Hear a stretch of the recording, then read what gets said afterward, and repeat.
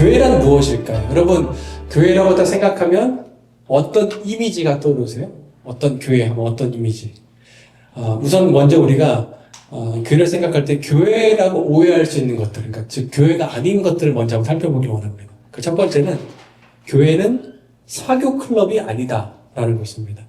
제가 이제 애리조나 패션 위크에 이제 올해로 이제 세 번째 촬영을 하는데, 올해도 이제 사진 작가로 초청을 받아서 제가 이제 가을에 런웨이를 촬영을 해요. 근데 이제 패션 위크를 시작하기 전에 이제 미디어 데이라는 날이 있는데, 그날이 이제 사교 클럽 모임입니다. 그래서 그날에는 애리조나의 패션 디자이너들, 또 이제 모델들, 그리고 사업가들, 인플루언서들이 다 모여서 바에서 이제 함께 서로 정보도 주고받고, 서로 이제 인스타그램도 서로 나누면서 서로 이제 사귀는 시간을 갖는 거예요. 근데 적지 않은 사람들이 교회를 이제 이러한 사교 클럽으로 생각을 합니다. 그래서 교회를 통해서 정보를 좀 주고받고 사람을 사귀는 장소로 생각을 합니다. 그러나 교회는 사교 클럽이 아니다라는 것입니다. 두 번째는 교회는 목사가 아니다. 일산에 한 대형 교회가 있습니다. 이 대형 교회가 일산 가까이 이제 운정 신도시라고 있는데, 거기다 큰 캠퍼스 교회를 세운 거예요. 저희 집이 일산이어서 이제 운정 신도시를 자주 왔다 갔다 했는데, 새로 지어진 예배당 그 외벽에 큰 LED 사인이 있었습니다. 무슨 교회. 근데 그 밑에 만만치 않게 큰 사인으로 담임 목사 땡땡땡이 큰 사인이 있는 거예요. 그러니까 보면서 좀 되게 이상하더라고요. 그 이름까지 있는 거 처음 봤습니다. 마치 이게 어떤 거냐면, 우리가 이제 스시를 먹으러 마사 스시에 가는데 사인을 새로 만든 거예요. 마사 스시인데 아래 이제 오너 박결 그 크기만큼 있으면 되게 이상하잖아요. 근데 이제 그런 느낌이 있었습니다. 그래서 교회 앞에 도로를 계속 오가면서 그 교회를 볼 때마다 뭔가 좀 이상하더라고요. 그러니까 그 교회 목사님 좀 유명하신 그런 분이셨던 것 같아요. 그래도 뭔가 지나갈 때마다 그 사인을 보면서 뭔가 좀 어색했고, 그 교회를 생각하면 그 목사님 이름만 좀 생각나는 그런 느낌이었습니다. 근데 교회는 목사가 아니다라는 거죠. 세 번째는 교회는 교단도 아닙니다. 교단이 많죠. 침례교도 있고, 장로교도 있고, 성결교도 있고, 감리교도 있고, 순복음교회도 있고, 독립교단도 있고, 여러 교단들이 있는데, 교회는 어떤 특정한 교단에 속해 있는 한정되어 있지 않는다라는 거죠. 네 번째는 교회는 또 숫자도 아닙니다. 커트라인이 있어서 몇 명 이상만 돼야 교회다, 그런 것도 아니죠. 주님은 두세 사람이 모인 곳에 나도 너희와 함께 하겠다라고 말씀하셨어요. 다섯 번째는 교회는 정치적인 집단도 아닙니다. 예수님의 12제자를 보게 되면 극좌랑 극우가 함께 있었어요.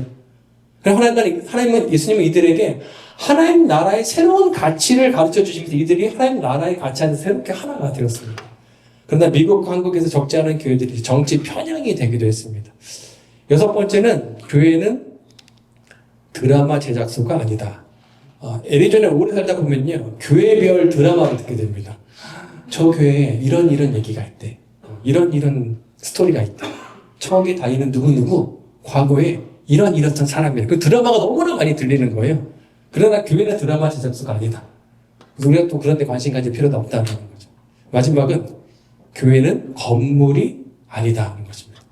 그리스도인들이 이제 모임을 하기 위해서 건물을 건축을 했던 데가 어디냐? 3세기 때 교회 예배당이라는 걸 3세기 때부터 만들기 시작했습니다. 그 전까지 예배당이 없었어요. 그리고 3세기 때 예배당을 만들 때에도 한 30명 정도 모일 수 있는 거실 정도, 우리 딱 이 사이즈의 크기만한 예배당을 만들어서 그들이 모였습니다. 근데 점점 시간이 지나면서 예배당 건물이 굉장히 커졌고 아름다워졌고 모든 편의시설을 다 제공하는 백화점처럼 변하게 됐어요. 런던의 국회의사당 옆에 웨스트민스터 성당이 있습니다. 너무나 아름다운 성당이죠. 웅장하고 아름답습니다. 근데 이 교회에 많은 사람들이 몰려오는데, 손에 성경책을 들고 가는 사람들이 예배자들이 아니라 카메라를 들고 가는 관광객들이에요. 예배당의 역사적인 가치와 예술적인 가치가 아름다워서 이제 그곳에 방문하는 관광객들이 몰려옵니다.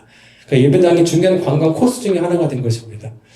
교회는 공동체인데, 교회가 건물을 중시 여기면 공동체가 아니라 박물관의 공룡체로 변질될 수 있습니다. 박물관의 공룡체는 몸집은 큰데 죽었잖아요. 그 사람들이 그냥 구경하는 구경거리만 된 것입니다. 그 다음 교회가 무엇인가? 고린도전서 1장 2절인데요. 이렇게 읽어보겠습니다. 시작. 고린도에 있는 하나님의 교회, 곧 그리스도 예수 안에서 거룩하여지고 성도라 부르심을 받은 자들과 또 각 처에서 우리의 주고 그들과 우리의 주 되신 예수 그리스도의 이름을 부른 모든 자들에게, 성도들이 교회다라는 거예요. 예수님은 건물을 위해서 십자가에 못 박혀 죽지 않으셨습니다. 사람을 살리기 위해서 십자가에 못 박혀 죽으셨고 사람들을 불러서 그 사람을 교회라고 하신 거예요. 우리 옆 사람에게 한번 이렇게 인사하도록 하겠습니다. 당신이 교회입니다. 인사해 주시죠. 당신이 교회입니다. 당신이 교회입니다.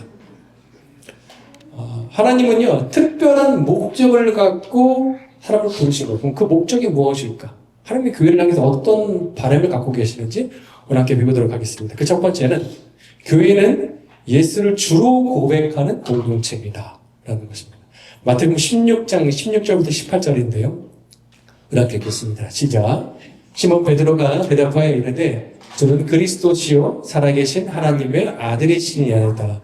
예수께서 대답하여 이르시되 아유나 시몬아 내가 복이 있도다. 이를 내게 알게 한 이는 혈육이 아니요 하늘에 계신 내 아버지시라.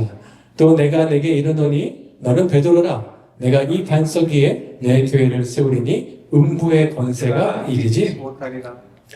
예수님께서 이제 공생의 3년의 시간을 마무리하셨습니다. 그리고 이제 십자가에 지실 마지막 상황이 된 거예요. 그래서 3년을 함께 지내며 가르친 제자들과 함께 이제 가이사랴 빌립보라는 도시로 갔습니다. 그리고 제자들한테 이렇게 질문하는 거예요. 너희는 나를 누구라고 하느냐? 생각하냐? 근데 이 질문의 배경은 이렇습니다. 그러니까 우리는 이제 헤롯 왕이라고 생각하면 한 명이라고 생각을 하잖아요.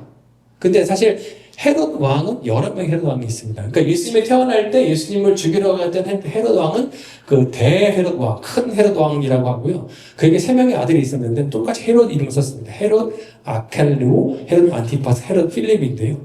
그 아버지 헤롯이 죽고 나서 그 왕이 이제 아들들에게 각자 이제 팔레스타인 땅을 3그룹으로 나눠서 그 3아들에게 왕의 자리를 나눠줬어요. 그것이 바로 분봉왕이라고 합니다. 그 전체 로마를 또 다스리는 또 로마 황제 따로 있었습니다. 그러니까 이쪽만 다스리는, 유대 땅만 다스리는 지역이 바로 헤롯 왕이었는데요. 그 헤롯 왕을 위해서 이제 헤롯 필립이 있었죠. 근데 그 헤롯 필립이, 황제가 이제 자신을 임명하고, 가이사르 황제가 자신을 이제 분봉왕으로 임명하고 너무 감사해서, 거기에 보답하고 이제 헬물산 근처에 큰 동네가 있었는데 그 동네에 이제 황제 가이사를 위한 큰 신전을 짓게 됩니다. 그리고 그곳에 이름을 짓는데 황제 가이사 이름과 자신의 필립 이름을 따서 가이사 빌립보라는 도시의 이름을 만들게 된 거예요. 근데 이 도시는 예전부터 계속 우상 숭배했던 도시였습니다. 구약시대에는 바알 신전이 있던 곳이고 또 그리스 시대에는 성과 쾌락의 신 판신이 있었던 곳이고 오늘 이 신약 시대에는 로마 황제 가이사를 위한 신전이 있었던 그런 도시였습니다. 그래서 가이사 빌립보에 가면요 굉장히 많은 신들의 우상들이 있고 거기도 거대한 신전이 있는 그런 곳이었습니다. 근데 예수님이 갈릴리에서 사역을 하시다가 이제 사마리아로 내려오시고 유대 땅으로 내려가셔서 십자가를 지셔야 될 마지막인데 갑자기 방향을 트셔가지고 북동쪽으로 올라가셔서 제자들과 함께 가이사 빌립보 도시를 잠깐 들리신 거예요. 그리고 예수님의 제자들과 함께 그 도시에 거닐면서 수많은 이방신의 우상들을 보고 마지막에 그 큰 가이사 황제를 섬기는 그 신전 앞에서 지금 제자들에게 질문하는 것입니다. 너희는 나를 누구라 하느냐? 근데 이 물음은요, 이제 3년 동안 배운 제자들에게 마치 졸업시험과 같은 거예요. 그때 베드로가 유명한 고백을 합니다. 주는 그리스도시요, 살아계신 하나님의 아들이십니다. 그리스도란 건 뭐냐면 기름 부음 받았다라는 건데, 잘 아시다시피 구약에는 왕과 선지자와 제사장만 기름 부음을 받았습니다. 그 왕은 다스리는 자잖아요. 선지자는 가르치는 자입니다. 제사장은 문제를 해결하는 자가 제사장이에요. 그러니까 베드로가 예수님께 예수님 당신은 그리스도입니다 라는 고백은 이 3가지 의미를 담고 있는 것입니다. 예수님 당신은 나의 주님이시고 나의 왕이셔서 제가 당신의 통치를 받는 자입니다. 당신은 나의 선지자이셔서 나에게 가르치시는 분이십니다. 당신은 나의 제사장이셔서 나의 근원적인 죄의 문제를 해결하시고 나의 인생의 모든 문제도 책임지시고 해결해 주시는 분이십니다 라는 그런 뜻을 담은 고백이었습니다. 그 고백이 주는 그리스도시요 살아계신 하나님의 아들이십니다.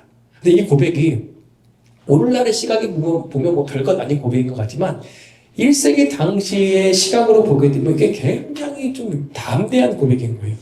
당시에 주님이라는 말이라든지 아니면 그리스도라는 말이라든지 아니면 신의 아들이라는 말은 누구에게만 쓸 수 있는 표현이 아니면 로마 황제에게만 쓸 수 있는 표현이었습니다. 근데 이것을 다른 사람이 썼을 경우에는 반역죄를 체포가 됐습니다. 이런 시대적 상황에서 예수님이 일부러 이제 제자들을 데리고 가이사랴 빌립보로 이동을 해서 그 크신 신전 앞에서 지금 제자들이 물은 것이 너희는 나를 누구라 하느냐? 그때 베드로가 고백합니다.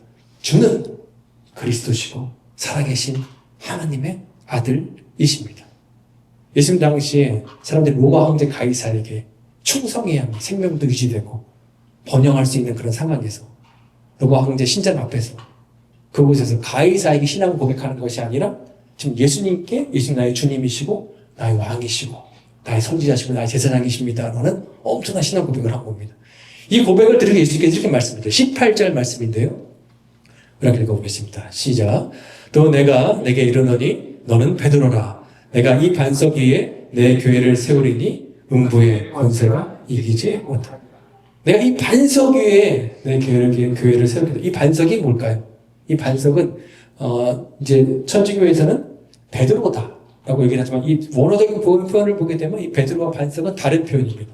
그래서 이 반석은 개신교에서 어떻게 해석을 하느냐? 바로 좀 전에 앞에서 베드로가 고백했던 그 신앙 고백. 주는 그리스도시고 살아계신 하나님의 아들이시면 그 신앙 고백 위에 내가 내 교회를 세우겠다라는 것입니다. 그다음 무슨 말인가요? 교회는 바로 하나님께 신앙을 고백하는, 예수님은 주님입니다라고 고백하는 그 무리들이 바로 교회다라는 것입니다. 이 고백이 저와 우리의 모든 고백이 되길 바랍니다. 현재 토목 건축물 7대 불가사의 중에 하나가 바로 미국 샌프란시스코에 있는 골든게이트 브리지인데요. 수석 엔지니어인 조셉 스트라우스가 130만 불을 들여서 공사 중인 그 다리 아래에 이제 그물망을 설치를 한 거였어요. 그리고 공사 기간 4년 동안 그물망 덕분에 목숨을 건진 노동자가 19명이 되었습니다. 공사 중에 이제 다리에서 떨어지면 이제 죽게 되는 그런 상황인데 19명이 살게 된 것입니다.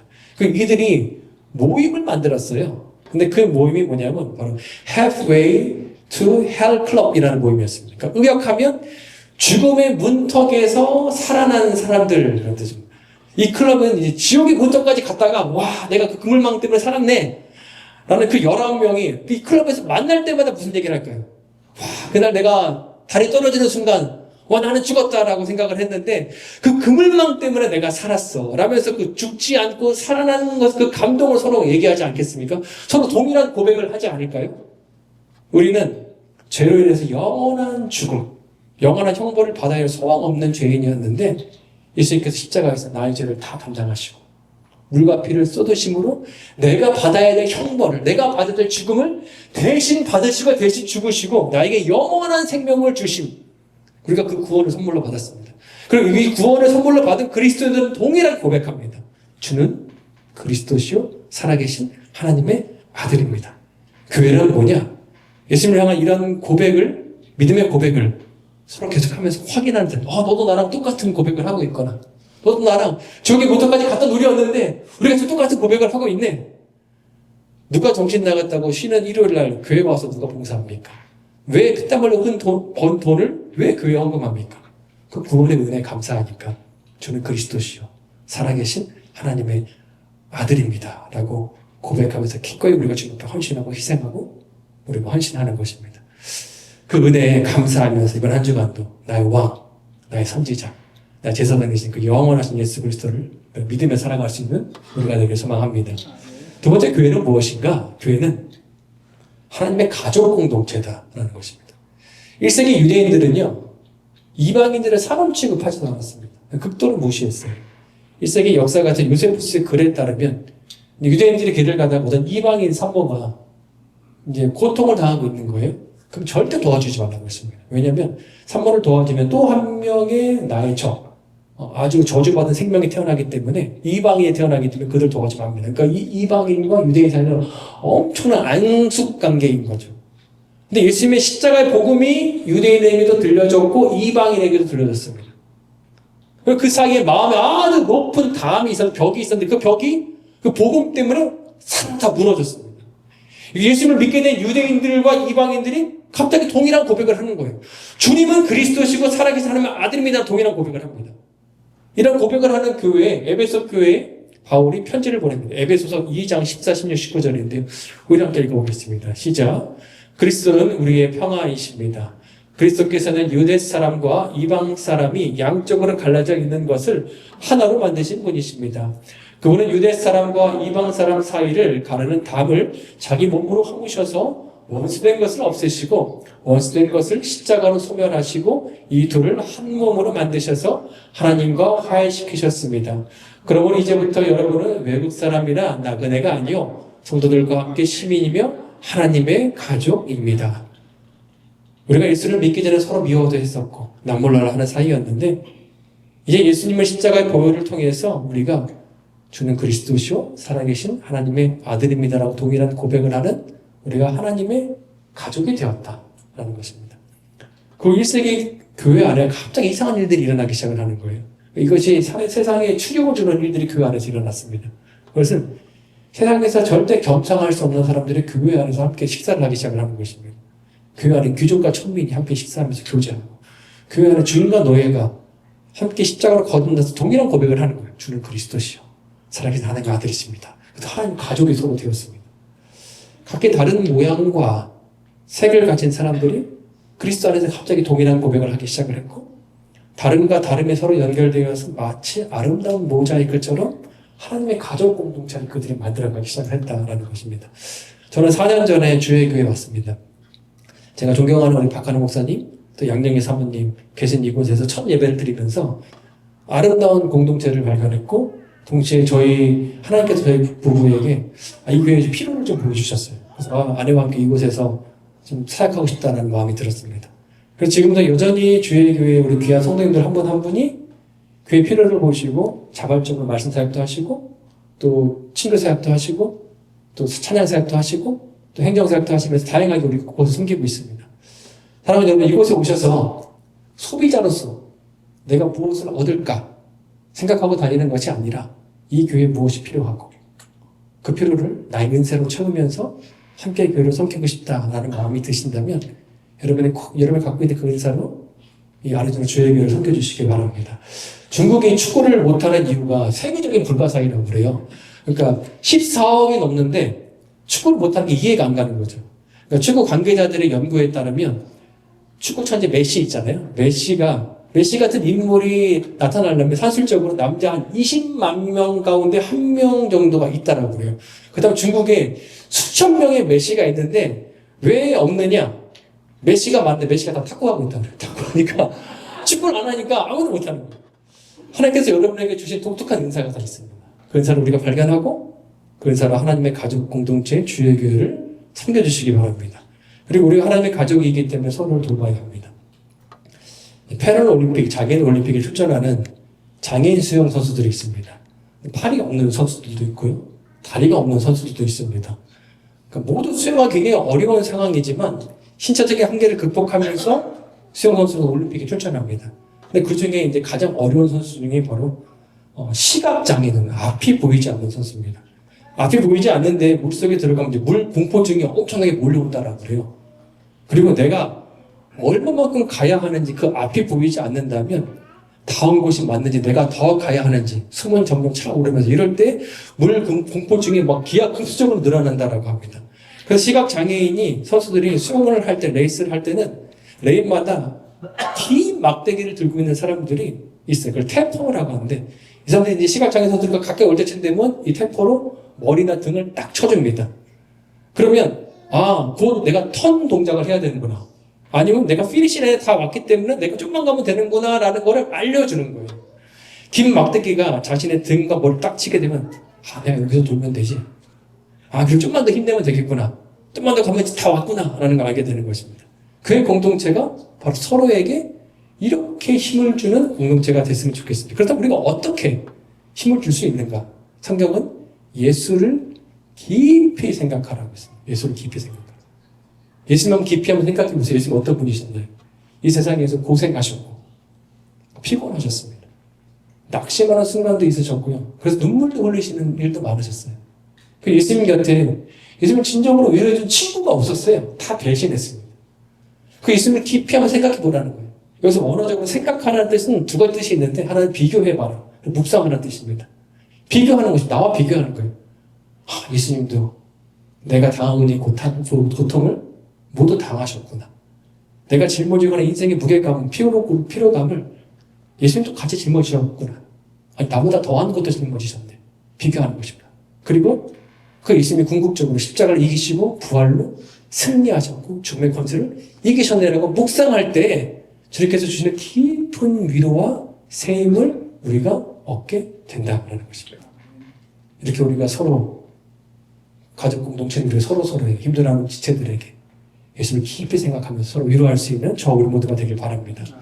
설교의 결론을 맺겠습니다. 주님은 우리를 교회로 부르셨습니다. 그리고 고린도전서 1장 9절을 보게 되면 우리를 부르신 주님은 이렇게 설명합니다. 함께 읽겠습니다. 시작.